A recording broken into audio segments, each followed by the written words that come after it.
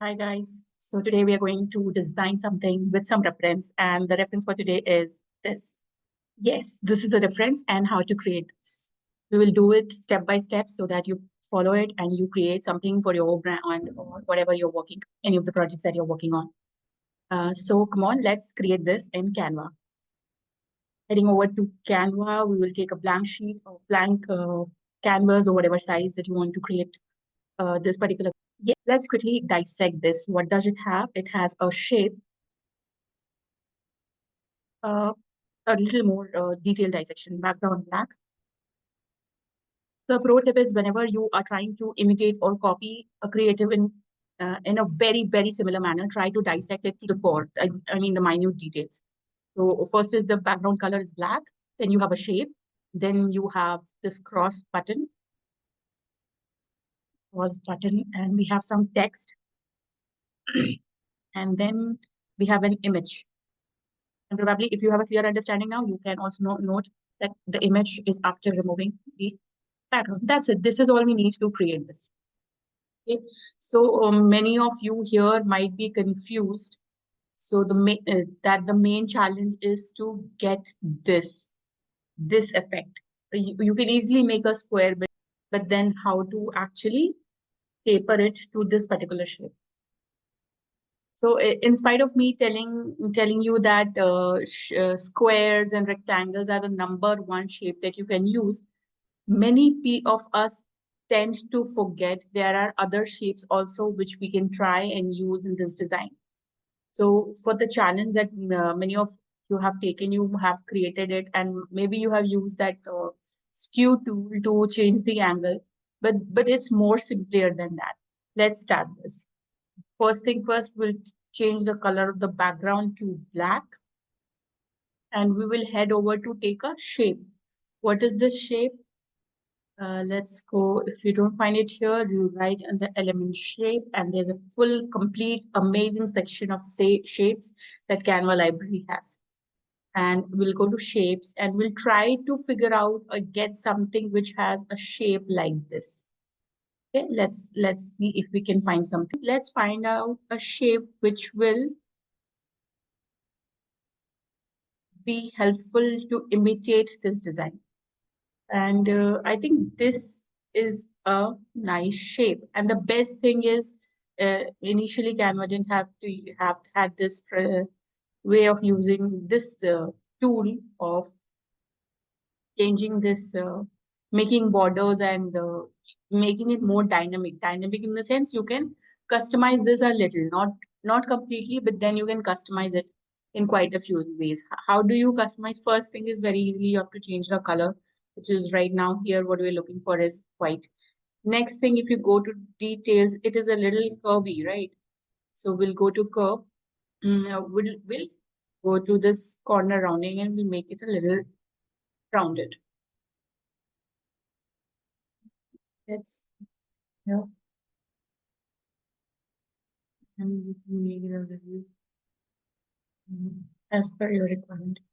So this is pretty much decent. So I am liking this placement for right now. We can change it a little if it does not suits what we are trying to be.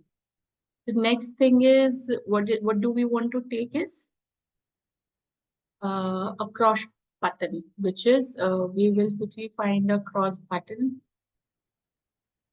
a wrong button, a cross button, whatever you can search. So I have I like something to be rounded. Yeah, this is very clean and decent.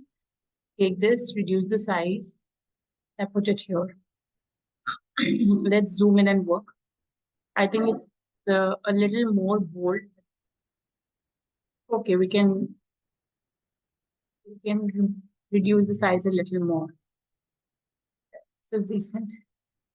And next thing is we need to take a text.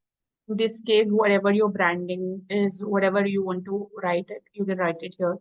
Here, I'll write www.acless.com dash under a line and then you write google.com.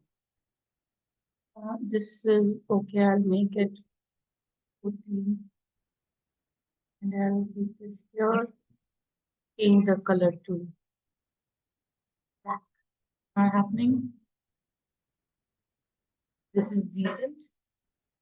I'll replicate this 4 times. This is 1.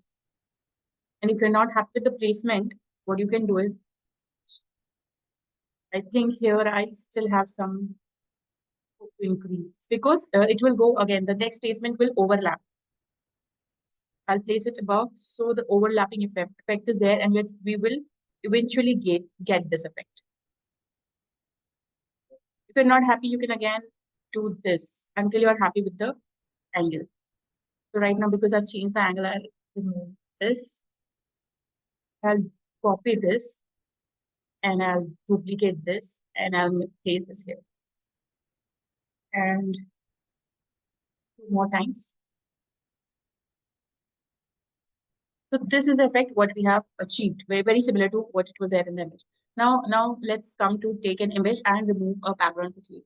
For example, this is a brand which is an Indo-Western brand. So I'll take this picture and we will remove the background.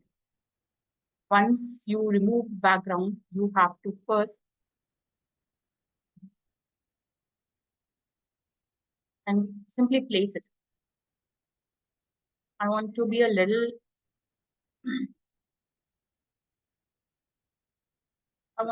creative, and I let this comment flow from here. So that is how I want. If you don't want it, you can obviously crop it. This is how we have placed it. Now comes the second part.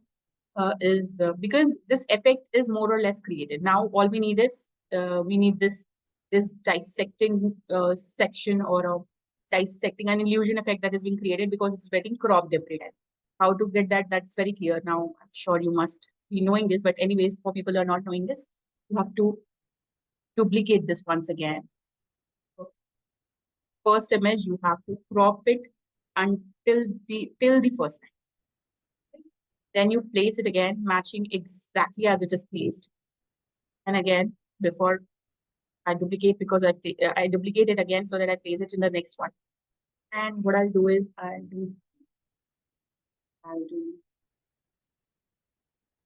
a little more.